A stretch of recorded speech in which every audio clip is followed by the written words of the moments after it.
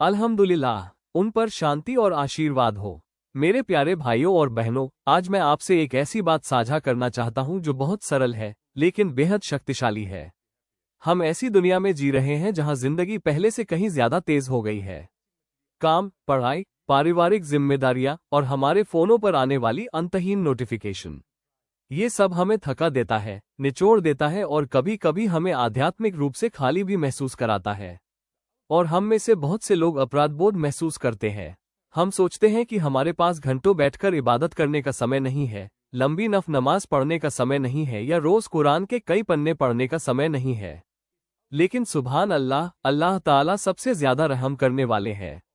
वह हमारी कमजोरियों को जानते हैं, वो हमारी परेशानियों को जानते हैं और अपनी रहमत से उन्होंने हमें ऐसे रास्ते दिए हैं जिनसे हम सिर्फ कुछ मिनटों में अकल्पनीय सवाब कमा सकते हैं।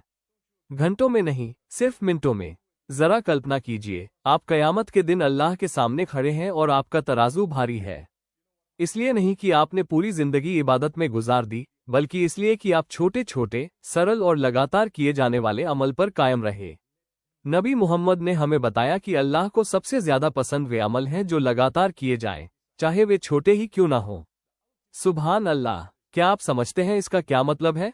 इसका मतलब ये है कि अल्लाह सिर्फ मात्रा नहीं देखते, वो नीयत देखते हैं। वो उस दिल को देखते हैं जो उस अमल के पीछे होता है। और जब कोई अमल सच्चे दिल से अल्लाह की मोहब्बत में किया जाता है, तो भले ही उसमें कुछ सेकंड ही लगे, वो तराजू में बहुत भारी हो जाता है। इसके बारे में सोचिए, कभी कभी आप 7 मिनट सोशल मीडिया स्क्रॉल करने में बिता देते हैं और फोन रखने के बाद पहले से ज्यादा खाली महसूस करते हैं। लेकिन अगर वही 7 मिनट आप अल्लाह को याद करने में, उनके रसूल पर दरूद भेजने में, इस्तिगफार करने में और कुरान की कुछ छोटी आयतें पढ़ने में लगा दें, तो आपका पूरा दिन नूर, हिफाजत और बरकत से भर जाता है। यही हमारे दीन की खूबसूरती है।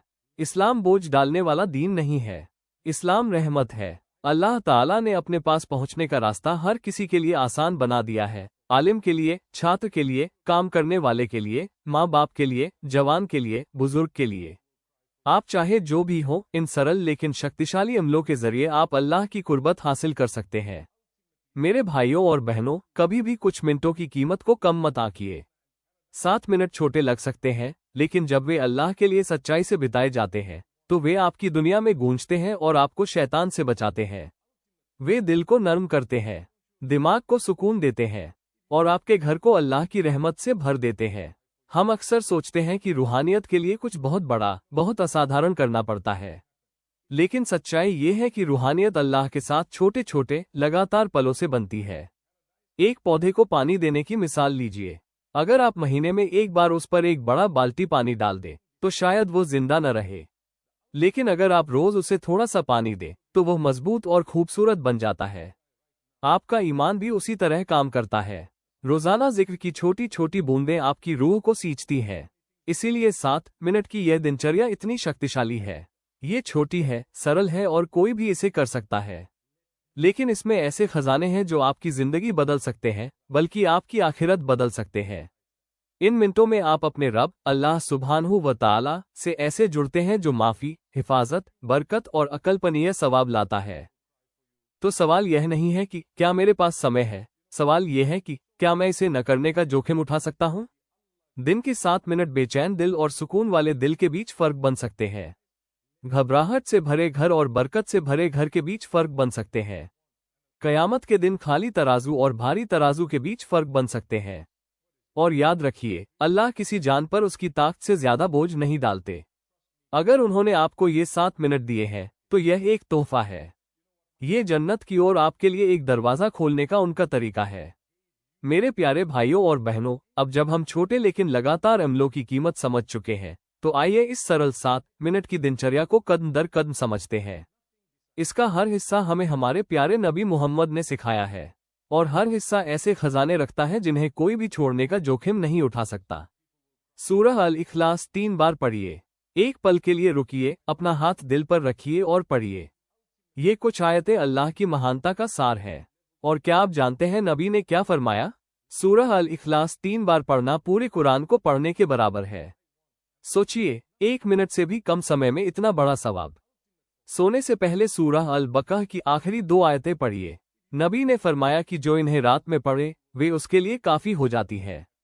किस चीज़ के लिए काफ़ी? हिफाजत, माफ़ी, नूर और पूरी रात नुकसान से बचाव के लिए। कहिए सुभान अल्लाह, अल्हम्दुलिल्लाह, ला इलाहा इल्लल्लाह, अल्लाहु अकबर। ये शब्द छोटे हैं लेकिन क़यामत के दिन पहाड़ों से भी भारी होंगे। आप इन्हें चलते हुए, बैठे हुए या इंतज़ार करते हुए भी कह सकते हैं। ये दिल को चमकाते हैं और उसकी जंग को दूर करते हैं। सच्चे दिल से इस्तिग़फ़ार कीजिए। रुकिए, अपनी गलतियों पर सोचिए और सिर्फ जुबान से नहीं, दिल से माफ़ी मांगिए। हर सच्चे इस्तिग़फ़ार के साथ आपके गुनाह धुलते चले जाते हैं। नबी ने फरमाया कि जो लगातार इस्तिग़फ़ार करता है, अल्लाह उसे आसानी, परेशानियों से राहत और ऐसी जगह से रिज़्क़ देता है जहां से उसने सोचा भी नहीं होता। नबी मुहम्मद पर दरूद भेजिए। हर बार जब आप ऐसा करते हैं, अल्लाह आप पर 10 रहमतें भेजते हैं। फज्र के बाद 10 बार पढ़ने पर 4 गुलाम आज़ाद करने का सवाब मिलता है। अंत में किसी को एक अच्छा संदेश दीजिए। किसी दोस्त को जिक्र भेजिए, परिवार को दुआ याद दिलाए या सिर्फ अस्सलामु अलैकुम कह दीजिए। हर भलाई कई गुना बढ़ जाती है। मेरे भाइयों और बहनों, ये पूरी दिनचर्या सिर्फ 7 मिनट लेती है। लेकिन इन 7 मिनटों में आपने क्या क्या कर लिया? कुरान पढ़ा, अल्लाह को याद किया, माफ़ी मांगी, नबी पर दरूद भेजा और भलाई फैलाए। सोचिए, क्या हम अल्लाह को 7 मिनट नहीं दे सकते, जिसने हमें हर सांस, हर धड़कन और हर नेमत दी? छोटा शुरू कीजिए, लेकिन सच्चे दिल से।